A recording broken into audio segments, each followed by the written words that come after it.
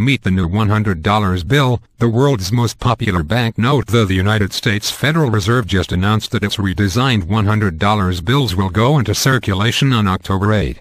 The rollout, originally planned for 2010, was delayed by production issues with the blue ribbon that's threaded through the note. As Matt Phillips has explained at length before, nearly 80% of all the United States currency is denominated in $100 bills.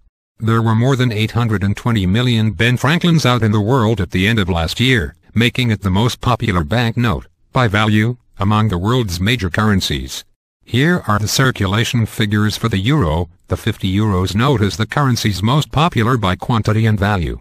A large portion of hundreds are held outside the United States, often shipped abroad by the Fed in pallets worth $64 million each, PDF, though the exact percentage is a matter of debate. The bills are popular among traffickers of drugs and weapons and are also used in unstable economies as a reliable store of value.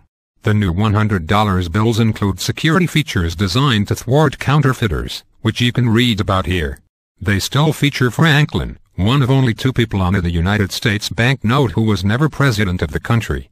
He was many other things, among them an author, scientist, diplomat, politician, composer, inventor, a newspaper editor. The only profession he chose to list on his epitaph was, fittingly enough, printer.